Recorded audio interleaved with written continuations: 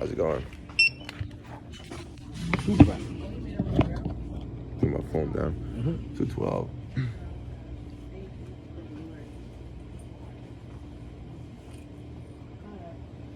Water?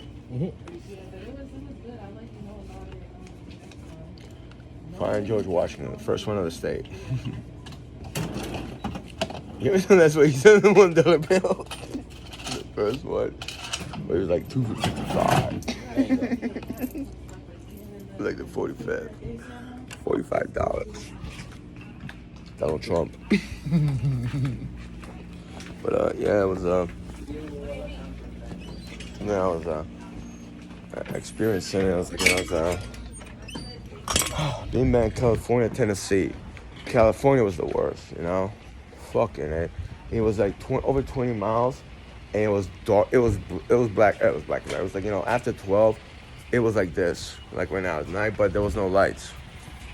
And before I went to this, it was in between hills in California. Before like Santa Monica, like all these little cute town names, you know, right over.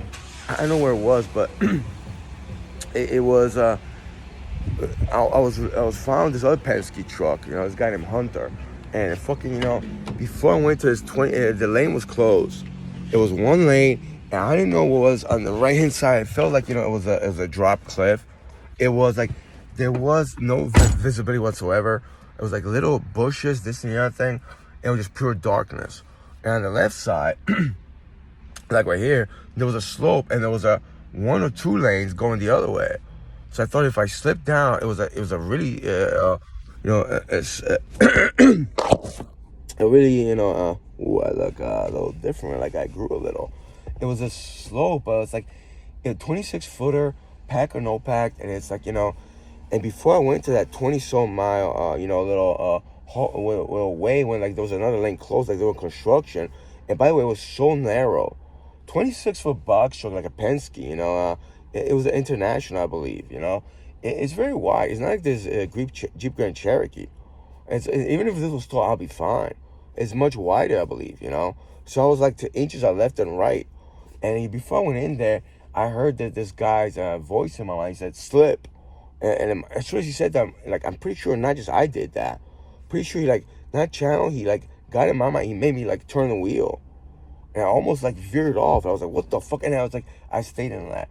And the whole time I was thinking, don't think about Sarah 6'2", or anyone like Bubba Ganoush from the internet people I know. You know, because there'll be a lot of negativity, and I gotta fucking focus on fucking telling them how fucking you are and shit. And I thought, what if they do some shit to me? And I think, though, they could have done that, they would have done that. But I was like, I don't want to focus on any fucking negativity. This one time, not this one. And I actually told myself, not like, of God, if I get make out of this, but it's like, if I make out, it's like, I won't say a bad word about you anymore. I fucking violate myself, you know? Because I didn't want to argue with anybody. I didn't want any mental thoughts. I just want to be, it was like 20 miles, and I was going like 50 miles an hour. You know, but I understand, it's like right now, not that it's going to be better, probably not. It was that slip, and also it was the whole thing in there. So that was just a bad ride to the hills. It was fucking terrifying. And yeah, I had a couple of times for like, you know, what the police department did to me. You know, a couple of cops. Actually, like about 6 or 7 of them.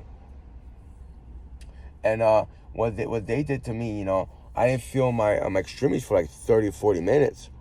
For like 30 minutes. And after that, when I was driving that truck, I felt so exhilarated. I felt like this burning or tingling sensation go through my arms. Like I almost couldn't feel them. And I know that something with my heart, my blood pressure, this and that, fear. But I was like, you know, it was just so scary. It was like, well, it's like almost like they were hot. I still have that feeling, you know. Diabetes had play with that too, but I think it was that. It was the second time I fucking, you know, it was in Tennessee, you know, and I was driving, and it was the same narrow road, but it was a highway, 2-lane highway, and not too many cars left or right, and it was like, it wasn't on a hill, so it was better, but the road was so fucking beat up, like so many potholes. The truck was jumping in like this and stuff, and trying to stay, you know, you gotta go like, you know, you can't go 30, 45. It's like 60 or 70 miles an hour. It was like construction's like at 45. You gotta push it like 65, 70. You know, and the whole truck's jumping up. It's like fucking, and went in for like 30, 40 miles. It was exhilarating nonetheless. But when you're on the road, you can't just stop. I'm not supposed to stop and complain and get angry. I'm gonna lose time. I'm lose time.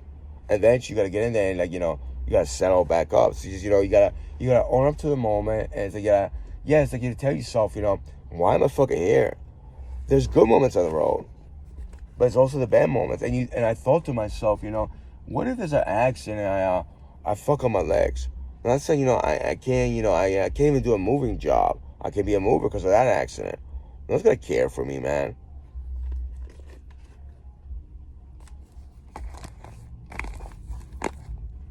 It's like that, by the way. Like, going to a moving job, you're doing a moving job, and you're moving something heavy. But very rarely for me, what if this falls on me and I hurt myself then? Why? It's very rarely. It only happens, and I'm not saying, I'm that strong or some shit like that. But it happens when you don't have a good partner or moving partner when you're moving something.